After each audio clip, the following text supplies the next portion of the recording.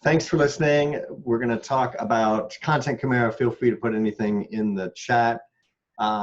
So really, this tool arose because I had done various content analysis over the years, and I'd always put these kind of hacks together of using Screaming Frog or other crawlers and Excel or Google Sheets and ETL tools and charting tools and custom scripts and all sorts of stuff to try to do the kind of analysis that I wanted, but really no tool was there to do it. So at David Hubbs Consulting, we went ahead and developed this.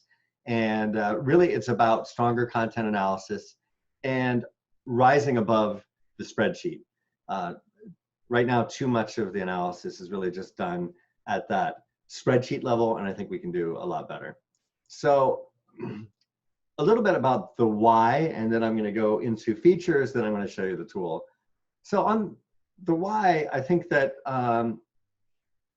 one thing is that we can't really tackle large and complex digital transformations with spreadsheets. We can kind of pretend we can. I see teams having a huge spreadsheet and then passing it around to different teams to do analysis, but then it's not done in a consistent manner. You can't later go through and kind of change the mechanism you were using or the rules you were using, et cetera. It just doesn't work very well. Also, a lot of times when people have a broad inventory, it's really not very detailed too, because it's kind of like, well, we got what we could from each site and that's that. So one of the things that Content Chimera does is it's really built for this kind of analysis. So it will allow you to analyze at any level of, well, not any level, there's this level of the organization. So if you're an agency or a consultant, this would be your different clients. So there'd be one organization, you can do analysis there. An organization can have different groups of sites, you can do the analysis there, or you can do it at a specific site level. Also, you can just run content analysis more efficiently.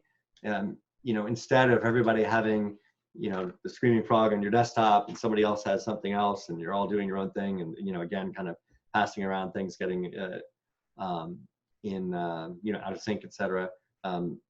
This tool will allow you to, more than one person could be doing the analysis. You can save charts and start again. And you can see like all of your work across clients in one place. And also, you're better off at getting project buy-in.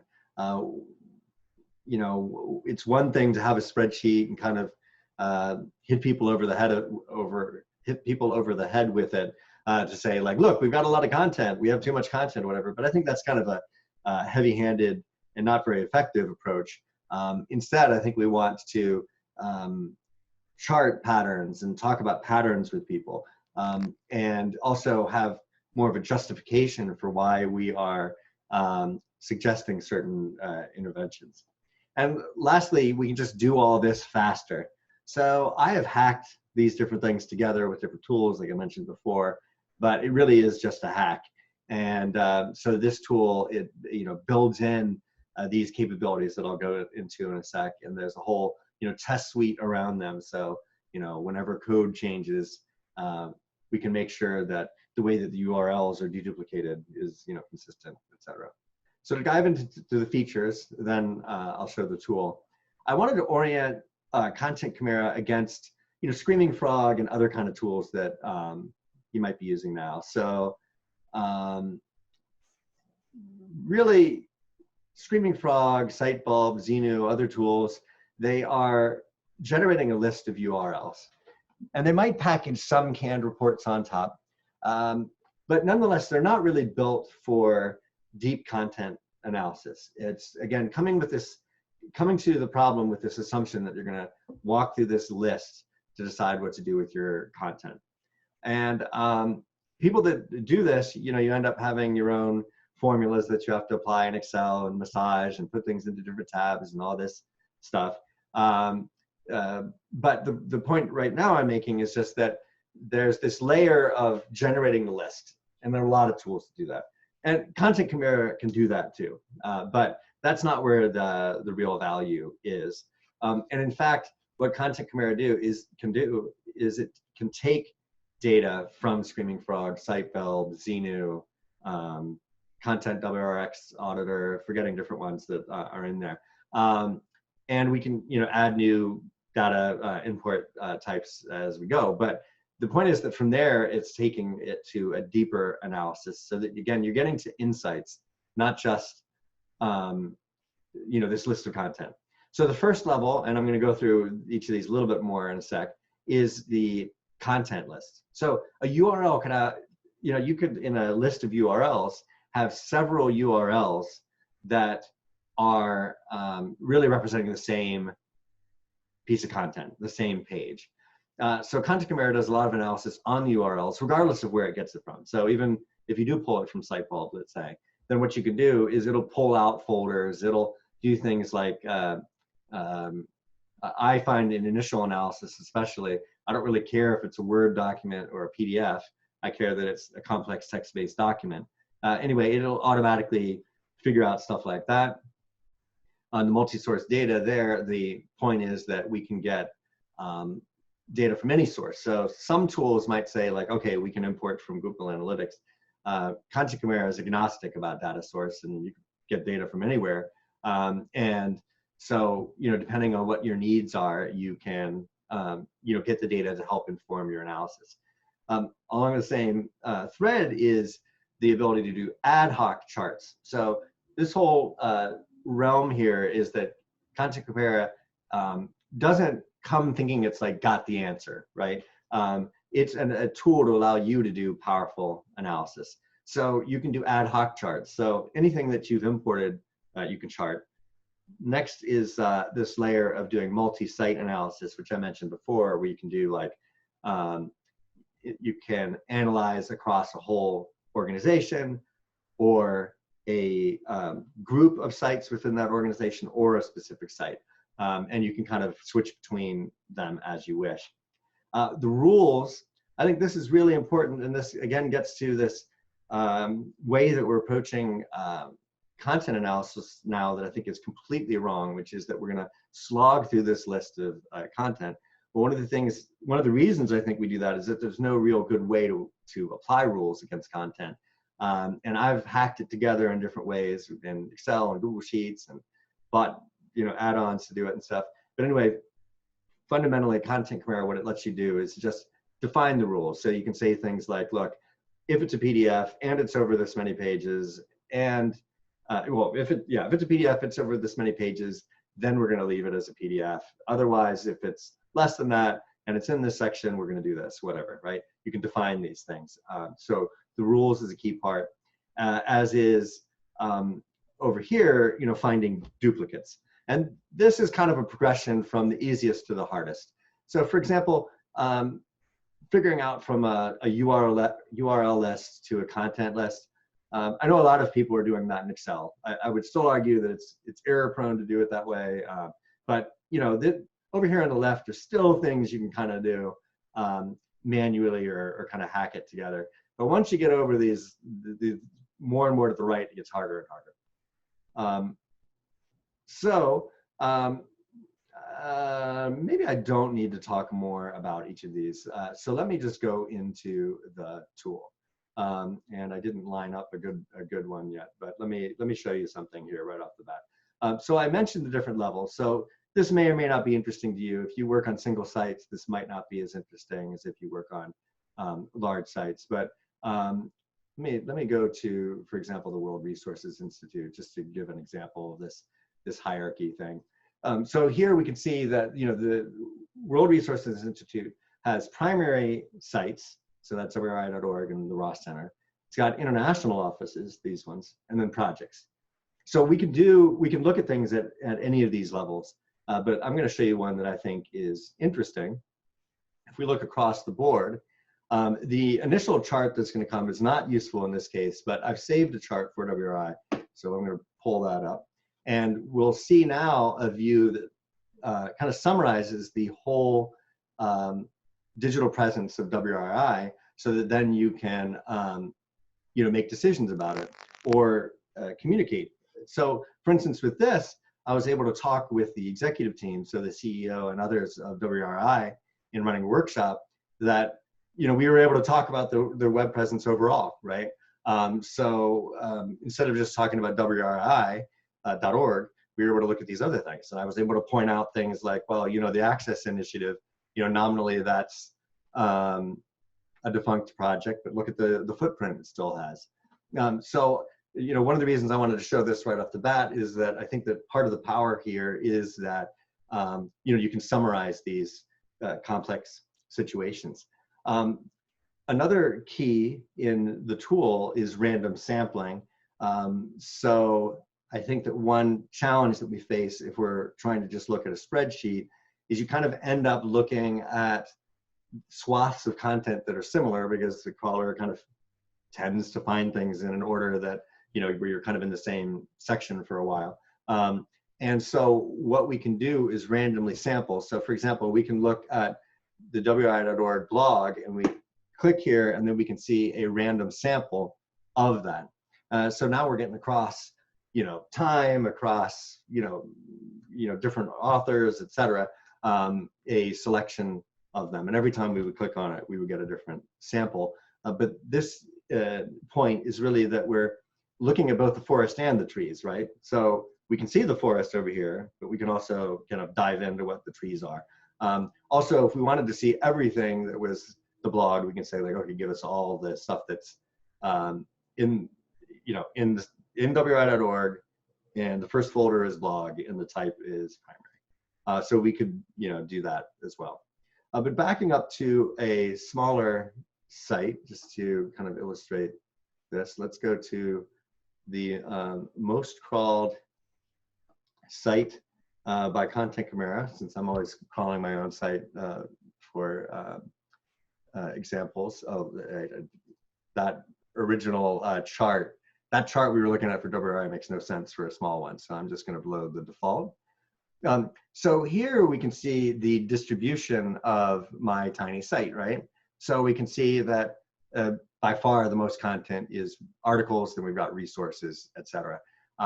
And you'll also notice this other. I think this is a really key point throughout. So if you were to throw a spreadsheet of an inventory into a BI tool, so something like Microsoft Power BI or Tableau or something, then what you'd end up with is, in this case, it wouldn't be too bad, but you end up with these really long tails where you're missing the big picture and you're just seeing this like huge wide report chart.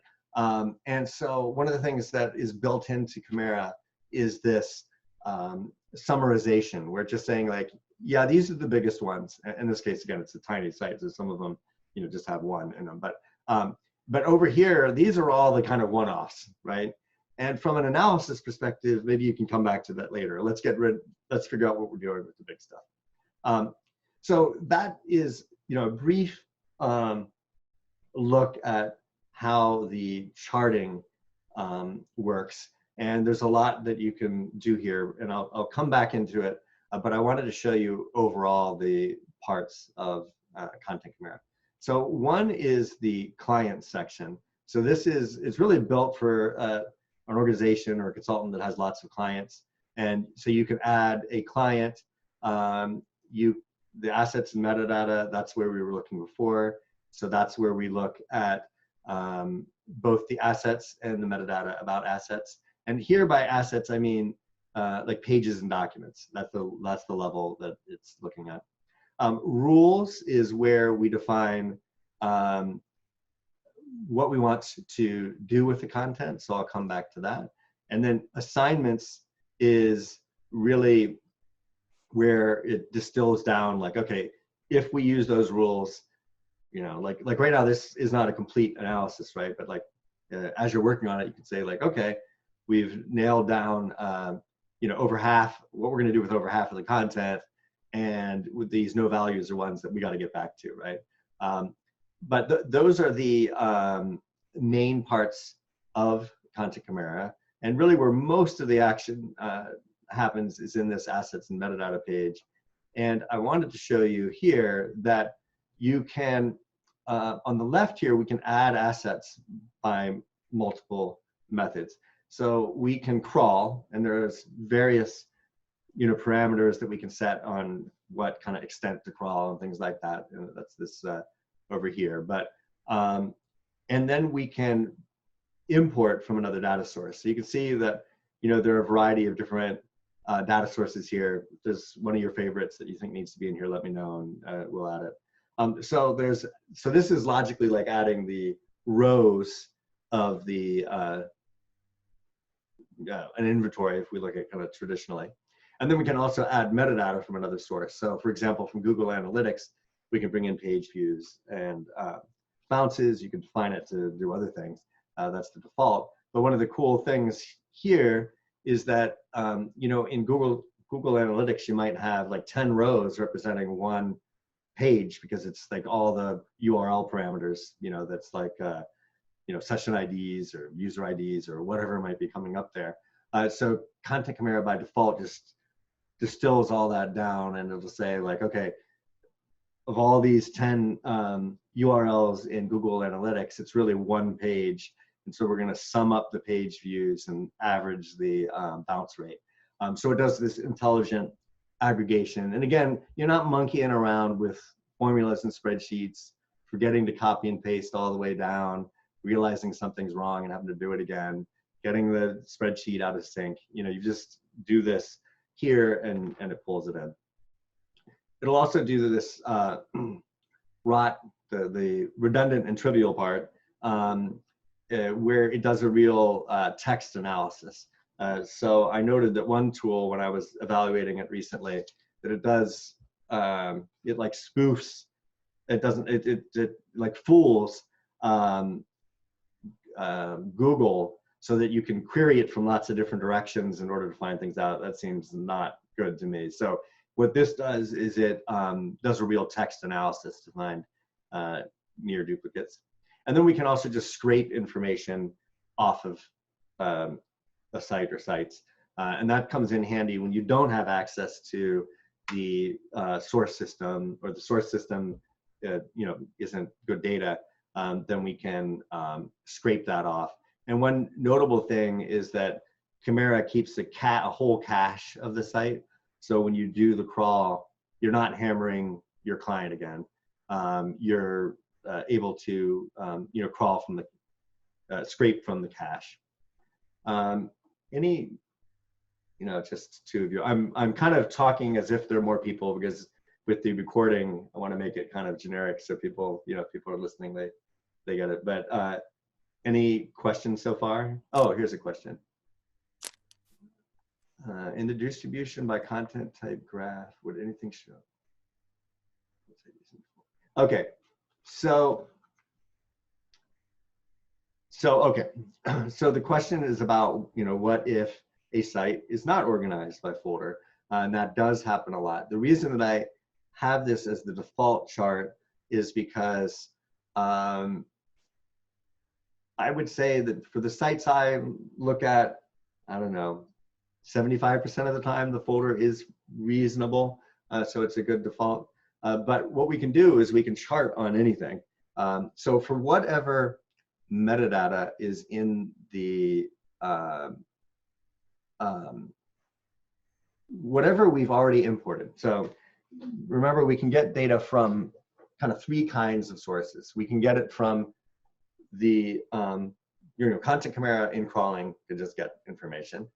We can derive information from whatever other tool. So if you use Screaming Frog or whatever, it will derive information just from the URLs. You can also merge data from other sources, Google Analytics or CMSs, other source systems, whatever, wherever you want. Other data source, other like metrics systems, you can do it from there. Or I guess I'm saying four things, or you can scrape it. One of the nice things about Chimera is that it doesn't care what data you put in it. And a lot of the complexity in developing this is that, right? It's a lot easier to say, here are the 5 canned reports, and here's the spreadsheet. You can export it and do what you want. It's a lot more complex to kind of get everything in place in one place, but I think that's powerful. So back to the question of like how a site is organized. You can chart the distribution of any of these things that you want.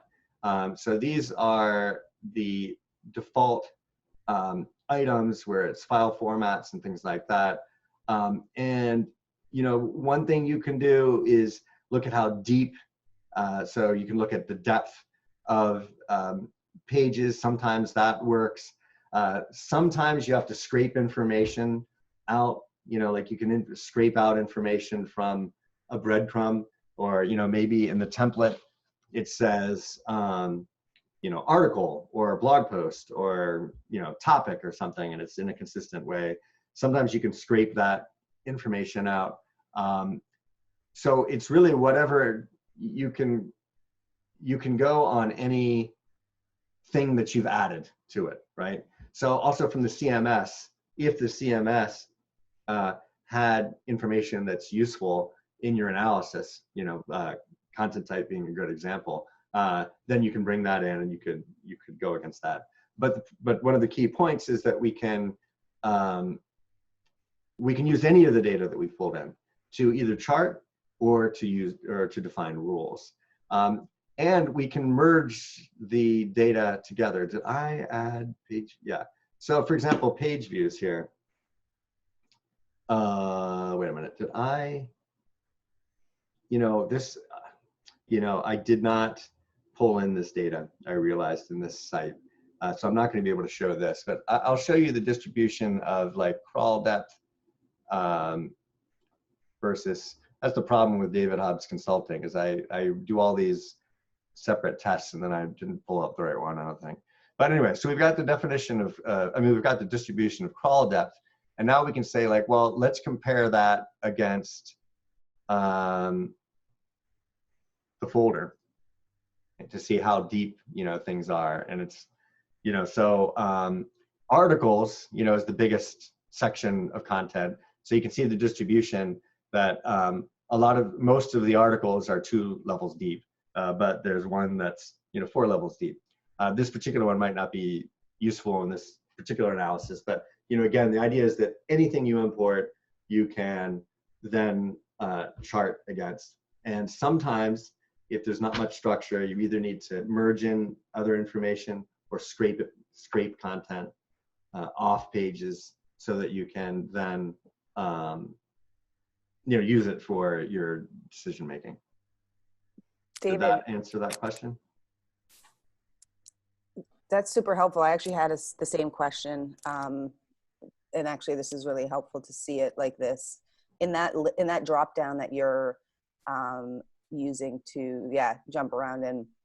Are those items drawn from the available data sets based on available data set based on what you have available in that particular upload, or is that list a static list that's sort of just the same for every project? No, that's one of the big things, is that it's not the static list. But from here down to, let's see, down to here, that's just stuff that's included. Some of these things like effort and date, it really depends. Some of them are actually not filled in now. That's kind of for the future. Date, though, it's kind of like, it depends. There are different ways of getting dates. This is the default way, which almost no site does. Almost no site meets the standards and stuff like that. Yep. But it'll pull date there. But the point is that up to here, they're all standard. Some of them are not always filled in. But so that folder one hierarchy, that folder list there, that's basically like the first level directory, second level directory, third level. Okay, great. Yeah, that's actually a really nice way to get around that unstructured part. I mean, you'll see the distribution in depth, which might give some hint at at least an overall structure to some extent. This is go ahead, sorry. No. I have a number of other questions, but go ahead. Well, yeah, let me just riff off of that just for a second, then we can go to other questions. So Let me look at, wait a minute, what did I want to look at next here? I feel like there was one that I wanted. All right, let me show you this. So this is a single site analysis. So just seeing, okay, let's go back to the default, and then let's get rid of this for a sec. Okay, so let me show you this deep site structure. This is a default view, and I think it's, you know, an interesting one. It takes a little while to come up with, but what it's doing is it's looking at folder 1 and folder 2 like as a hierarchy. And so we'll see folder 1 will all be one color, and then folder 2 will be, oh no, that isn't quite how it works. We'll see it in a sec. Of course, it's a demo, so something might go wrong here, but I'm not sure I've actually done that. Yeah, there it is. So here we see that under like Tanzania, for example, right? We've got publications, we've got news, etc. And so this is looking at folder 1 and folder 2. We could look at folder 1, folder 2, folder 3 as well. Here, let me just show you that, because I think that this site is probably big enough that this is going to work. So let me show you this. How are you pulling up that tree map, by the way? So what we do is, hold on, let me show you. Let me first put in the data so that we can wait for it to draw and I can explain. Okay, so the tree map is pulled up because I selected deep site structure. So you can define charts however you want for kind of all these parameters below. You could stay in the world of not even looking at these parameters and just saying in the default charts, but I don't think that's useful. So this switch chart type will switch between tree map and bar chart. Beautiful. But which one it's set to is part of the definition of a chart. So when I select a deep site structure, it's like, okay, well, it's a tree map. Got it. And it looks like the 3-level deep might end up having problems. But anyway, we can see, well, let's wait a little bit longer. But well, so in this map that we're looking at now, while it's still writing, for example, the other category, the big orange other category, that's a smart grouping based on some characteristic. Yeah, so the easiest way to see what other is doing, and the reason, here, let's start back to the default chart and then build up from here, because I think it'll be easier to kind of see what's going on. So this particular site has a lot of folder 1s. So what we can do is, so basically, like let's say there's a Britain one, I can't remember, we'll see in a sec. But let's say there's a Britain one underneath here. If it had less than 450 content items, then it's gonna lump it into other. But we can say like, well, for this site, I wanna see more bars. So I wanna see 20 or whatever. And so now it's like, well, in this case, I actually do wanna see that. And now we can see that. And we can furthermore go to, well, let's color by folder 2, so that we're kind of starting to see that hierarchy in this view. So we look at it. And, you know, for instance, we see publications so what we're seeing is that there are a lot of different folder 2s under publications, since they're all kind of other. So it's always applying that thing like, after I get the first 9, I'm gonna lump everything else at other, because otherwise this would just be a rainbow bar, but you kind of lose the big picture. So other is always like after whatever number it is, like here it's after 9, lump everything else in other. All right, that makes sense. And let me show you a chart that I did just for them, which I think is interesting. So this is one that, you know, again, was done just for them. So you can see that what we're looking at is the rod analysis results distributed on folder 1 and showing 20 bars, because, you know, again, in this site, it's more useful to see that. And so here, what we see is, well, let me explain what these mean. Canonical copy means like the site, you know, in its HTML said, yes, this site is a canonical copy. I mean, this page is a canonical copy of this other page, right? So it's well behaved from an SEO perspective, but still it's kind of an interesting story we see here. And basically what's happening is that the different country sites aren't publishing their own content, right? It's like they're just, you know, anything that's tagged to them is just appearing there. So so as always with Content Chimera, and this is where like rules is going to come in, it's not taking a stance on what to do about it, right? It's just saying like, this is the fact. So you could then say like, well, for the country sites, country sections, it's actually okay that they're canonical copies. From a content strategy perspective, we're going to continue doing that, whatever, and decide that, but it's showing you that. Redundant is where the text was very close. And we can look at examples in a sec. And then trivial means that once you look at the content itself, so not looking at the header, footer, left nav, you know, et cetera. And to do that, stripping that stuff out isn't automatic. That's based on you finding the right ID, CSS ID in classes. So there is that step. But after getting right to the content, stripping out all common English words. So right now, this feature is only in English. But when you take out all the English words, do you have 30 words? If you have less than 30 words, it's just like, it's trivial. Again, it's not making a judgment. You could even say that, well, it makes sense for that page to do that. But that's what this chart means. And when it says no value, it's like it wasn't any of those other three things. So if we look at the redundant, so again, we can sample 270 here. So here we've got, does relative income matter for the very poor? So we'll look at that, and then we can look at the one that it says it thinks is a duplicate. So let's look. Let's see. Oh, is this a, oh, yeah, see, look at that tiny difference. See, IEFD discussion paper 8, see there? And then here it's economic letters. I mean, that's, anyway. Yeah. So here in this case, like, and then over here, you know, it's request to publication versus that, but it like didn't even look at that. So again, it's not making a judgment call on what to do about it, but it's like, here is, you know, redundant content. That's actually a really cool feature. And that you said that you're basically, the manual piece of that is deciding which ID tag to use to designate the area it should search.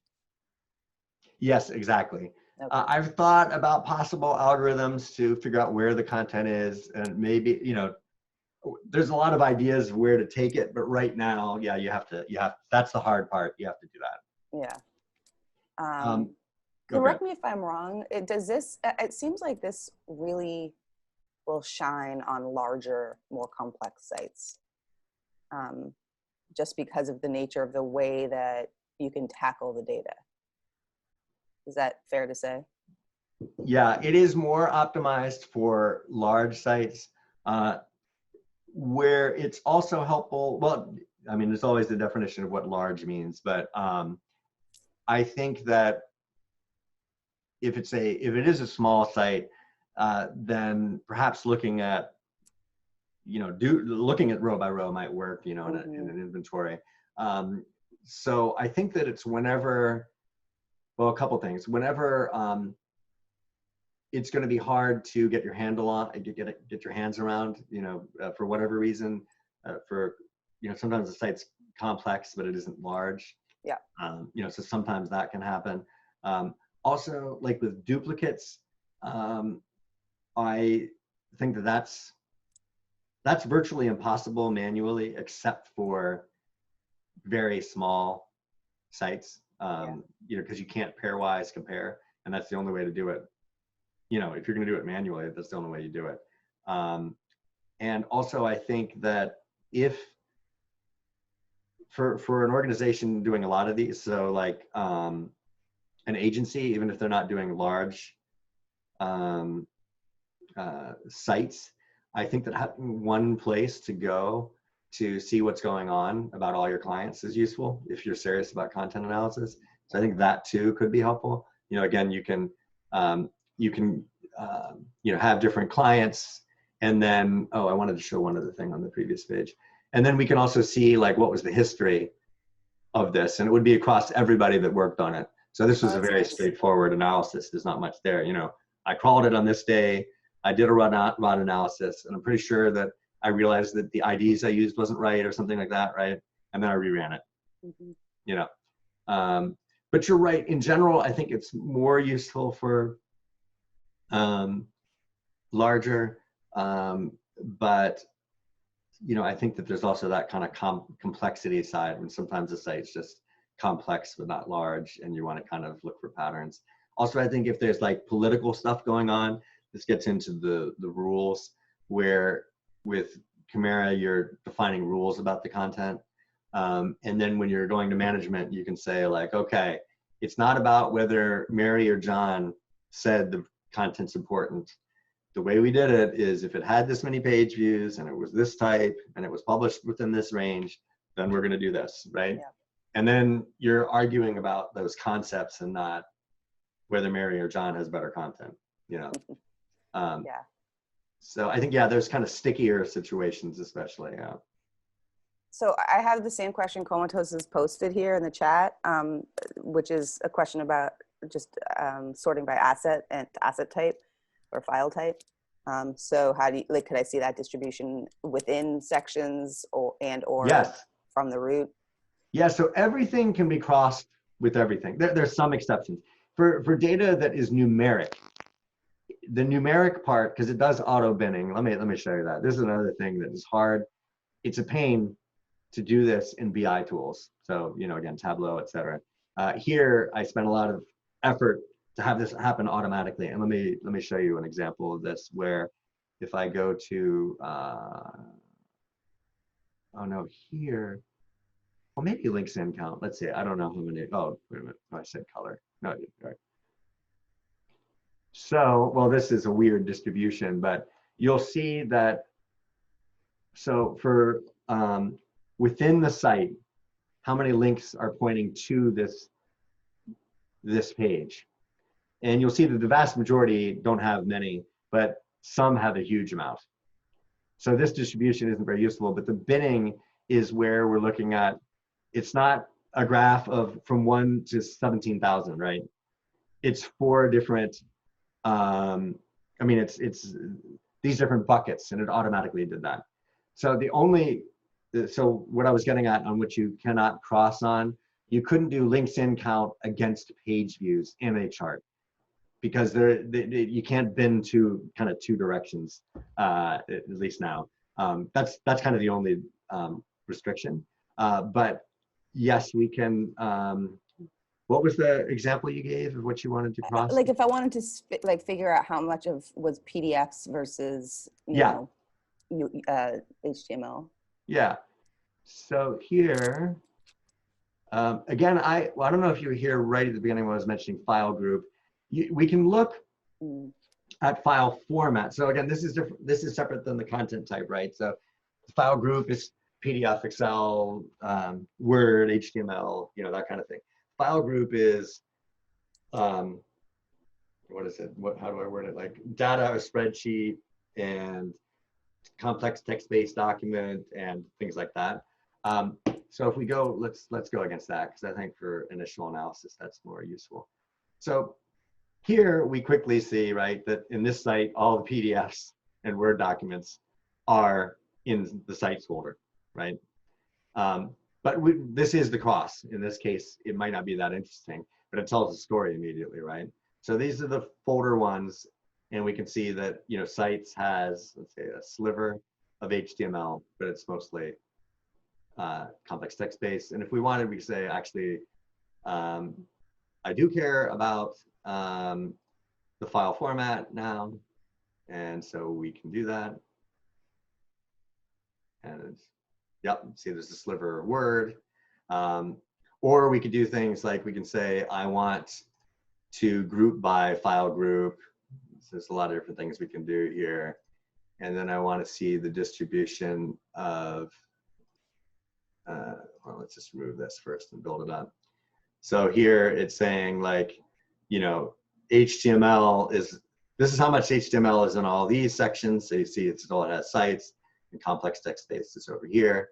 So there's kind of different ways we can cut it, but we can also add more information. So we can say like, okay, we have the HTML content, the complex text-based, and now let's compare that against, I don't know, crawl depth, you know, just to give an example. Oh, right. No, that's one of those number things. I fell into my own trap. I just said I can't do that. But you could, let's build it up again. So let's do file. Yeah, let me do it this way. We do file group, distribution of file format, and then folder one.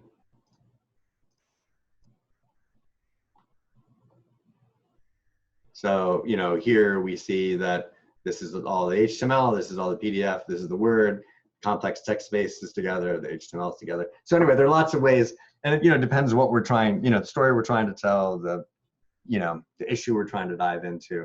But a key point is that you can cross all these things, and from wherever you got it. So let's say from the CMS, you do an export, and then you import it into here, and that has the content type. Well, now, we could do the distribution of, content type instead of folder one or whatever. So whatever you import is kind of just this, first order information. On the good metadata overall, I want to point out that I think one big benefit of Chimera, so this could even be in a smaller site too, is that you're also validating that what you've got is the data you have is good, because you start graphing it and you can see, patterns, and you can say like, well, wait a minute, that is not right. Our page views, should be, better, and I don't know what we're doing in Google Analytics, but it doesn't look right, or whatever. You can be joining things together and seeing what the distribution of things is, and seeing what's going on. You can also, this random sampling, I think, is key, because it's something surprising. Like, let's say we look at this and we say, there's no way there are that many publications. Like, I know we only have 100 publications, if your client says that or whatever.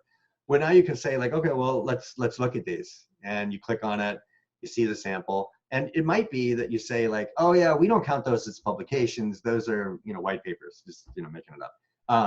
And then you could say like, well, what differentiates a publication from a white paper? And you get into this conversation, and then you can, through rules, start defining like, okay, let's split up publications a little bit more. Or you might see the folder 2 is white papers versus whatever, and they don't think of them all as publications. It's just kind of a technicality. Anyway, the point is that you can have these conversations quickly. And so I find that, even on a smaller site, seeing these patterns is just useful overall. And then also just for that quality. And another thing I would point out on the quality of the metadata, well, two things. One is that I'm using the term metadata loosely. It's not something that in some system has the tag metadata above it, right, necessarily. So it's not like meta tags. It's not only meta tags. It's not only what the CMS says is metadata or whatever. It's basically any data about the content. So, I've done things like, in one large analysis where they realized that whether a blog is more editorially focused or whether it's more kind of objective, factual was important. So they came up with a list that said like, okay, these are the factual ones, these are the other ones, just put it in a spreadsheet. And then I merged that in, right? So then we could say like, okay, let's see the chart of editorial versus not editorial and things like that, right? So I think that, so the points are, you can see better whether the metadata is good. And if you don't have a good source currently, you can look for a variety of ways of getting that information, including potentially scraping it off pages. And again, that's off the cache of the site, so you're not hammering your client again. Very cool. I have one other question I'd love to, it's more just sort of open-ended, which is much earlier when you were choosing from your list of clients and projects that you have in there already, that WRI example is a beautiful one. Can you dig in a little bit more to the sort of benefits of this, like how you can really put this tool to use for multi-site organizations? Because I feel like that's actually one, for me, that's one of the sticky points with something like Screaming Frog or whatever. I'm doing a lot of like, you know, site by site analysis without, and it's very manual to sort of bring it all together. I'd love to sort of see what you can do with this, given. Yeah. So, like from your question before, I mean, the way I would say it is that for multi-site, it's more of kind of a slam dunk of this tool. And I'm going to show you in a sec, but I think that, you know, so yeah, thanks for asking to push into that, because I think that's a key point. So here again, you know, just to outline where we are, you know, in this case, we've got this whole hierarchy, right? And each of these groups is kind of treated differently and dealt with differently and such. So backing up like even further on the project, this particular project, very originally, they were talking about WRI.org. Like before I even signed a scope, right? I was saying like, look, you are the World Resources Institute. I don't know why we're just talking about WRI.org. So then as part of like negotiating in the first place, is like, look, if I'm going to come in, I think I need to look some at everything. All right. So that was like the background there. And then, oh no, I didn't want to do that. Going back to this one. So, you know, there were a lot of components of that particular analysis. And this one was not a content transformation planning project. I do these early strategy things that isn't really just content, and it includes an executive decision-making workshop. And so this was the first, it was actually a slight variant of this, but anyway, this was the first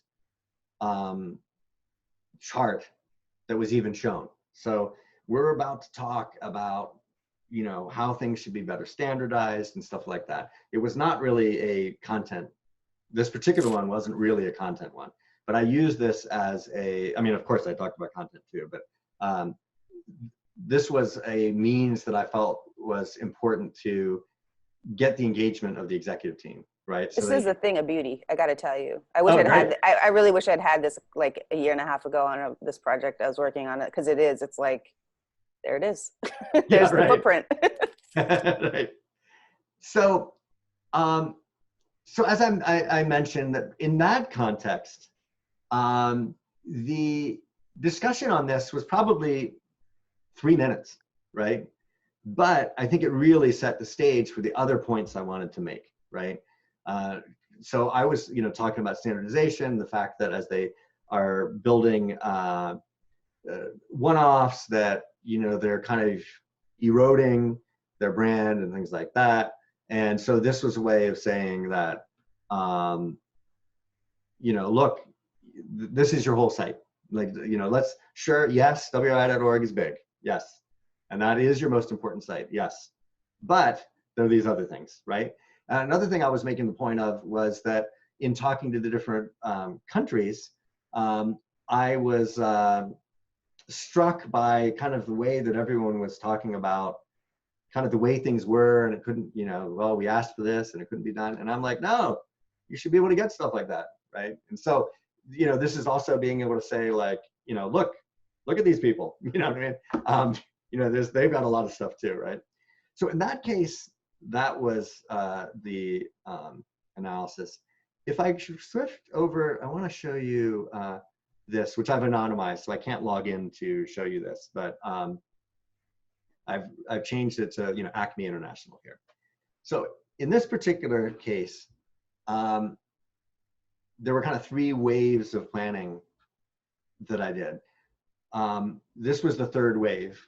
The first wave was their major brand. So this was a global company. They had a major brand in the US and Canada, and well, it's all over the world, but they, you know, they were concentrating there because that was their biggest market. So I did an analysis for them there. So that was one group. Then I did an analysis for their minor brands, and there were 2 brands in that. So this is another site group. And then what this is showing is the international. And so what, you know, instead of just saying like, hey, we've got a lot of content and, you know, we've got to go through it and stuff like that. What we did is we looked more carefully at it, and we said, okay, we've got these different sites. And one thing that I clipped off the bottom here is this, you know, is Europe, this is, you know, APAC, and then, well, I guess that in this particular view, you don't see Latin America. But anyway, it was also grouped that way. That's the reason it gets bigger to small, and then all of a sudden it's bigger again. It's because this is another, you know, region down here. And as you can see here, we're looking at, they had all these locations, so physical locations that they're talking about. And they had an old way of doing it and a new way of doing it. They had sections on areas like, you know, the metropolitan DC area or whatever. They had on landing pages and things like that. But getting back to the question of what if a site isn't, you know, kind of structured this way, this determination here was not something directly derived from like folders or whatever. And part of the reason is that in Germany, blog might be one word, and in France it's another, and in Italy it's another. So what I did is there's a concept of these tokens in Content Chimera, where I said, when I'm defining a rule and I'm saying like, let me see, what's it? Oh yeah, blog, since I was doing that. So I would have one rule that says, okay, if folder, I think in this case it was like 3 or 4 or something, because there's a lot of folders. If folder 4 equals whatever the word is in this site for blog, then it's a blog, and do this with it. So in other words, it was like one line of rule, even though there were like all these different languages, right, of what was actually in the URL. And so there it was, yeah, again, this one line, and then we, you know, just had to say like, okay, in this site blog is this, in this site blog is that, in this site blog is that. So you're using the rules to define like parameters, is that right? Or, yeah, or to so sort of. You define 3 things. Let's go over there. So in the rules, there are 2 parts to the rule. So here I didn't have any rules. There's, I guess I did, just as an example here. So it's like, okay, this is the condition. So if we click on it, we say if type equals primary, right? And we could add other things, different conditions and stuff, and make it complicated. But if, and what we should have done here, let me name this, is just to make it a little bit more clear. So type is a, so sites can have metadata too. This is a metadata on the site that we're looking at here. But so here, if we say type equals primary, then by definition, it's going to be, we're going to say it's primary site content. In this case, it's a little forced, but just to explain it. The disposition is we're going to keep it as is, and the technical team is going to deal with it. Right? This is just an example, and let's say, you know, that's what it is. So there's 2 parts. There's what's the condition, and then if that condition is true, what we're going to do. Then if we go over to assignments, I don't know if I ran this rule set or not. Let's see. This is crazy. I mean, this is like a whole nother level of management that wouldn't even occur to me to use something like this for. Awesome. Oh, I think. You know, yes. No, I mean, I feel like it's, I'm trying to, like, it's not something I'm going to use except for certain, it's not likely to be something I'm going to use except for certain, particularly probably political and org level projects, right? Like that type of, you know, the resourcing in particular, it's like, you know, if you're working with different team members or different teams, that's kind of, I have to wrap my head around that a little bit more. Yeah. That's cool, well, and I think that with respect to, you know, size and when to use it and stuff, from the licensing perspective, I've got it. I'm kind of hoping to encourage this to be kind of a standard way of doing things. There's one price for a one-off, and it's not that much more to have a subscription. So you can just use it for everything. You know, just as I think, like we're talking with one, you know, customer that's currently using it.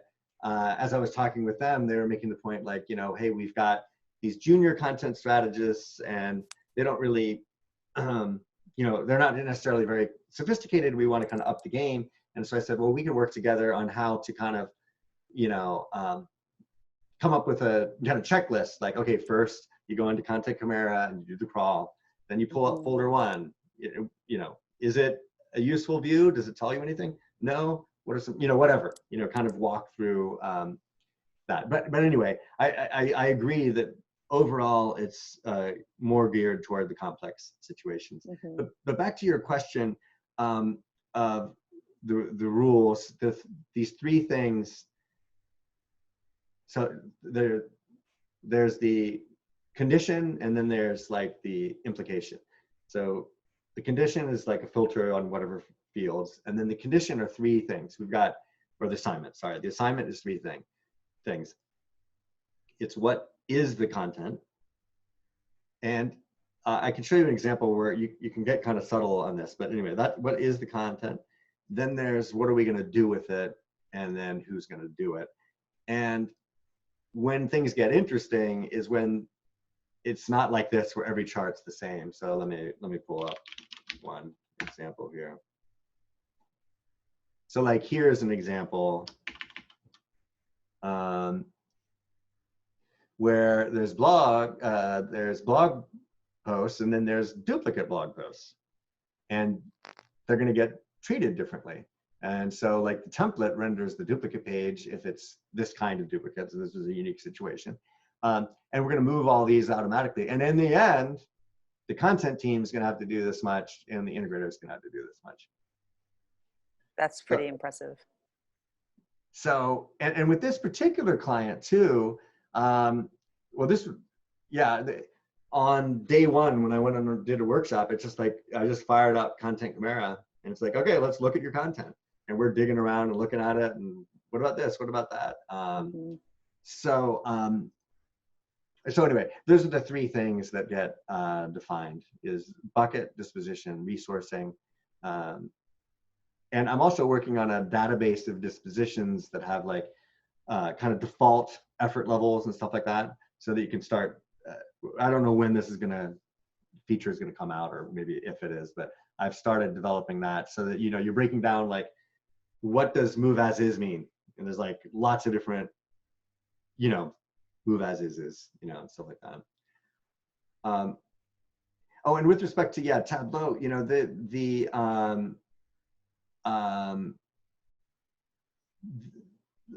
what was I going to say? Oh yeah. So I look at this as like a merge of 4 different types of tools. In fact, I have so the recording's up, a webinar, and like the 4 types of tools you need for enterprise level content analysis. And so fundamentally it's all baked in here, but I think conceptually there's the crawler, even though sometimes you don't actually start from a crawl, but anyway, almost always it is. The crawl, then you've got spreadsheet where you're doing these kind of, analytical stuff. And then you've got ETL tools. So I don't know if you guys are familiar with that, but it's, extract, transform, load tools. So before I put this together, I was monkeying around with those all the time, trying to do this stuff. And then BI tools like Tableau. So it's bringing in those 4 kind of things. And yeah. What other questions or thoughts do you guys have?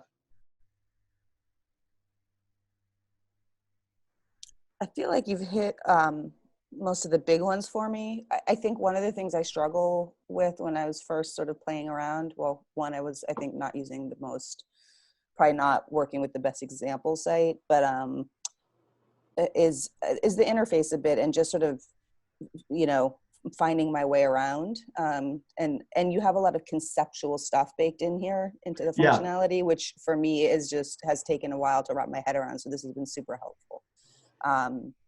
And I really, back to your business model comments, like for me, one of my biggest frustrations just in general, I hate the subscription model, just because it's, I don't think it's user-friendly, customer-friendly, but I understand it. But I love the idea of being able to like pay one-off for a tool. I mean, especially because the tool I'll use is going to be different depending on the project and the site and et cetera.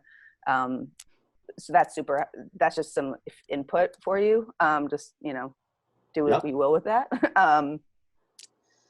So yeah, I feel like I want to play with this with like a more complex site. And I actually think I have an opportunity to do that coming up. So great.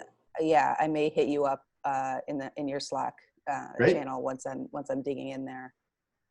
Great. Yeah.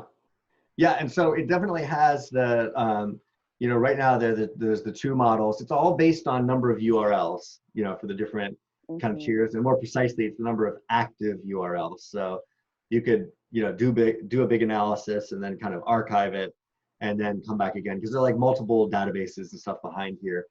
So the number of URLs gets to it. But yeah, there's the option of a one-off. So like, right now I'm finishing up one, guiding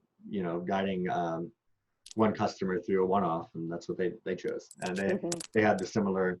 Well, they actually didn't mention, the general thoughts on subscriptions, even though I understand that. But I mean, I understand it from the business side completely. Yeah, no, but I definitely see both sides. But that's one of the reasons too, that from early feedback, that I wanted to make sure to have a one-off option too, because I know that's the case.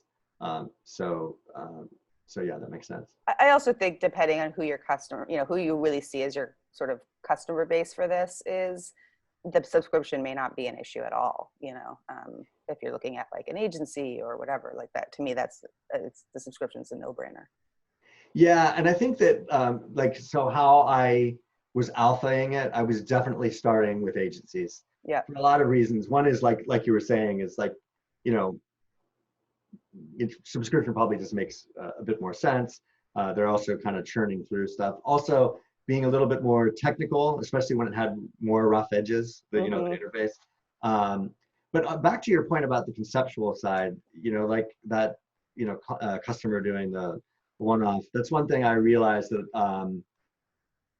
I needed more materials on, and it's interesting. I should have done this for them. In hindsight, I didn't put this together.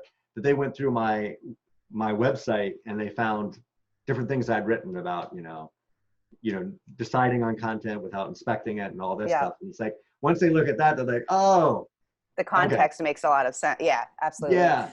So I think I need to do more of, something along the, educating and kind of bringing. And even just a little bit of help text in the interface would be useful. Like this is, this is what this is for. And I think for me, just as somebody who is not RTFM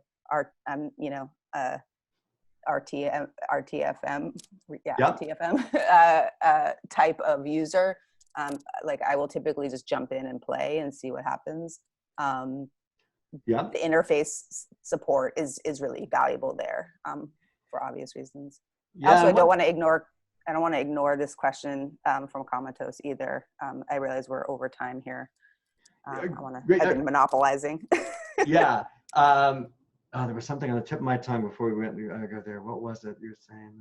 Oh, no, maybe it'll hit me. So, progress to finish. Okay.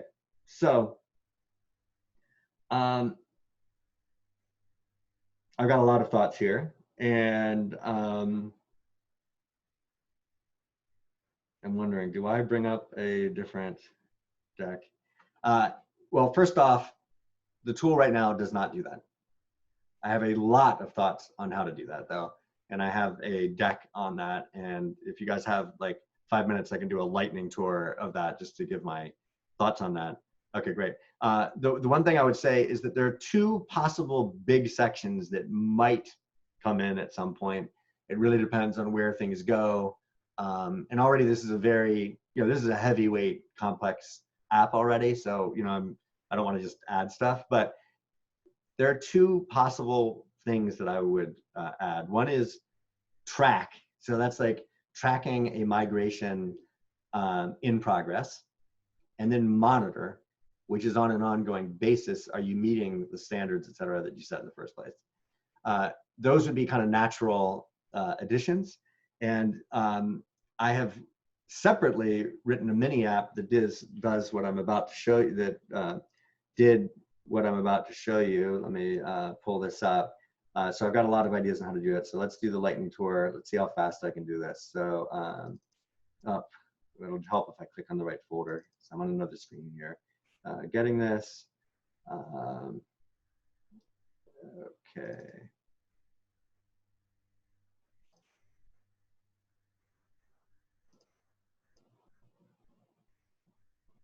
And I can send you the link to the recording on this too, but hopefully a PowerPoint is firing up and it's on the different screen. Okay.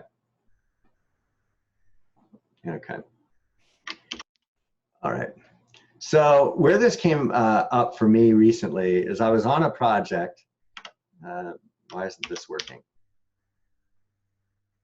I was on a project where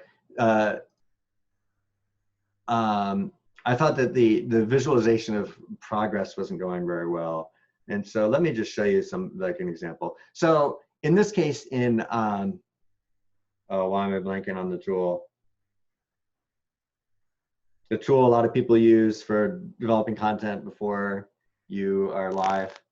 Gather content?